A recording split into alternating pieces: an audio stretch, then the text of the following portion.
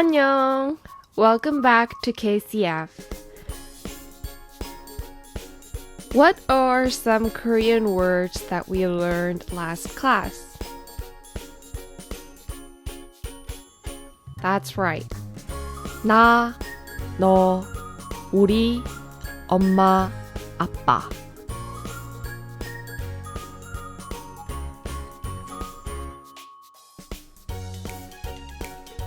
Now, have you watched any K-drama or listened to any K-pop music afterwards? Did you find any instances where the 5 words were actually used? Not much? If you felt like the 5 words weren't used as much as I promised you, let me tell you why you felt that way. Now, what have I told you about my channel's goal? Yes, it is to teach you Korean that you can use as soon as you're done watching the videos. So today, I want to tell you something before I go more in-depth into grammar. In Korea, 80% of fights between strangers happen because one isn't polite enough. When Koreans fight, they first begin by asking each other how old they are. 너 몇 살이야? 너 몇 살이야? 너 몇 살이야? It literally means how old are you? This is because age is the most prominent factor that decides who will be placed higher than the other in a Korean culture. This ranking between people is directly reflected in speeches because in Korean there is a formal or polite speech and you elevate the counterpart's place and lower yours using different words. When using Korean with people older than you, you usually place yourself in a lower position and put the other party in a higher place. This is important. For example, 나, which means I, is set low, and 너, which means you, is placed higher. 우리, which means we, are placed low, and 너희, which means plural you, are ranked higher. So the politeness scale in Korean is very complicated. Koreans also sometimes mess it up. So we'll get into that in much later chapters.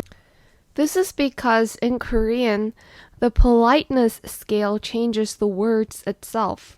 For instance, say I'm having lunch with my grandfather. Here, I should say that I am having or eating 밥, while my grandfather is having 진지. Now, don't get me wrong, the food is the same, but we must change the word to elevate an older person's place. Very difficult, right? You might also begin to catch some cultural aspect of Korea just by looking at these grammatical features in Korean. And don't worry, no one would frown upon children or foreign people not using polite speech. It usually just looks cute. So don't worry, baby steps. Now, the word 나 is used when I'm talking to friends or people that are younger than me. When the counterpart is older than me, or if it's a formal context, I will use 저 instead. Repeat after me. 저.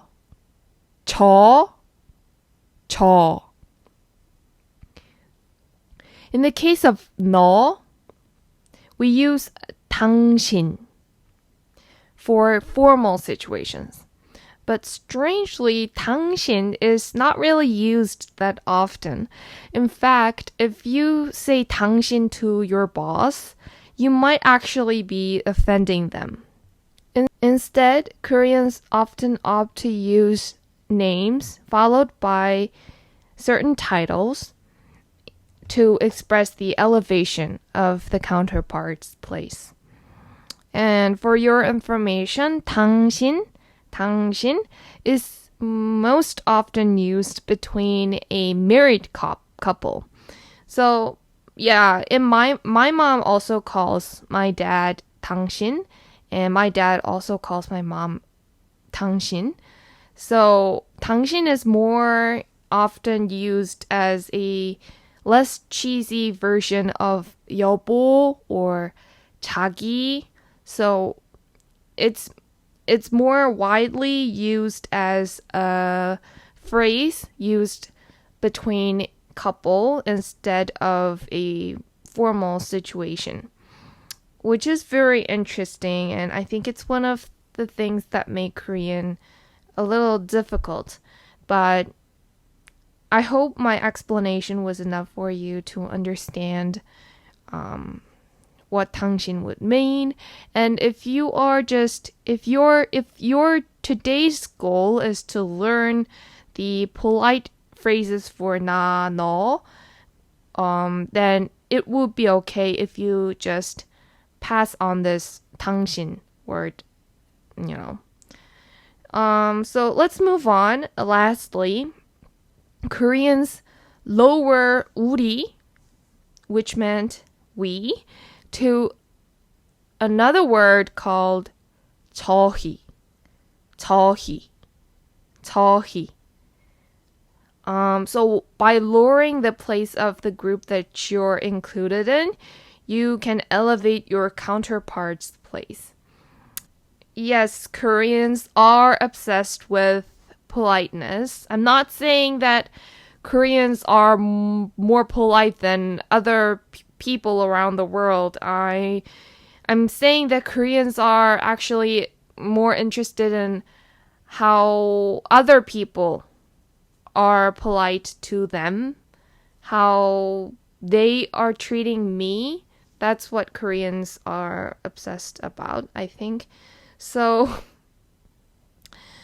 it would be better and more accurate to say Koreans are actually obsessed with, age that directly decides their rank in an interaction with other people. It's really interesting. It would be really interesting if you could see it, actually see how Koreans interact. It's 몇 살이세요? How old are you? Is like the most common sentence and almost like an introductory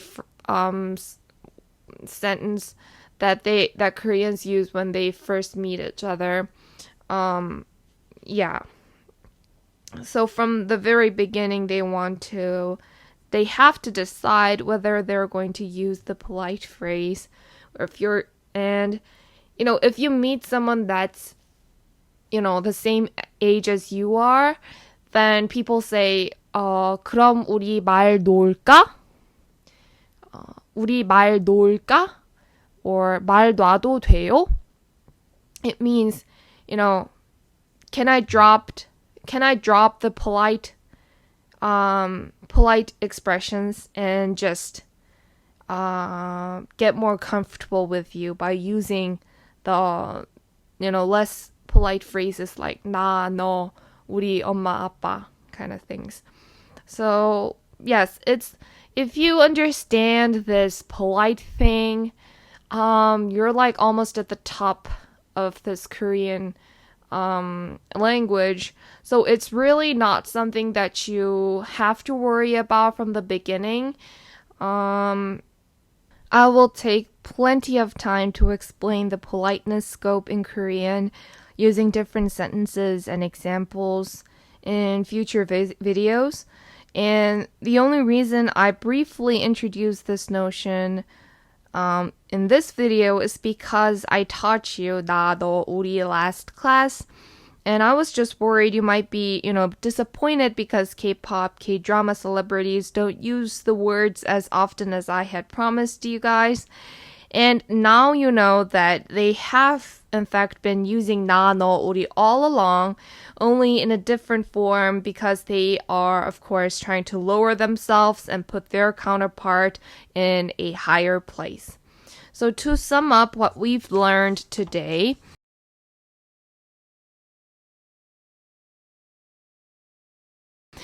저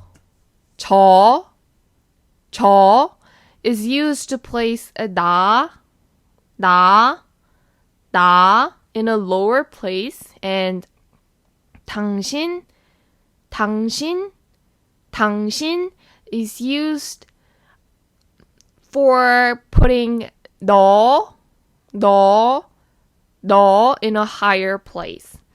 Lastly, 저희 is used to place 우리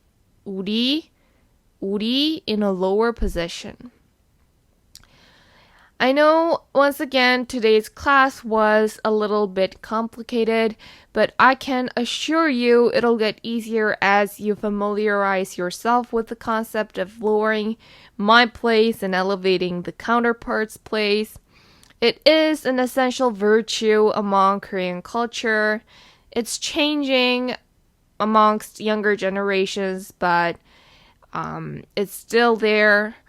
Definitely there among older generations, so you have to learn it eventually. And I promise you, you will definitely be able to catch some phrases and words that work based on this notion as soon as you go back to watching the movie, K-drama or K-movie that you've been watching right now. You'll be able to now catch some of the phrases that we've actually learned today, like 당신, 저희 definitely, and 저, and yeah, stuff like that. So don't forget to review what we've learned before coming next class on Friday. And yeah, and please don't forget to hit the like button and subscribe to my channel. It helps a lot for me to improve my contents and help you even more in the future. So I hope you had fun learning Korean today, and annyeong!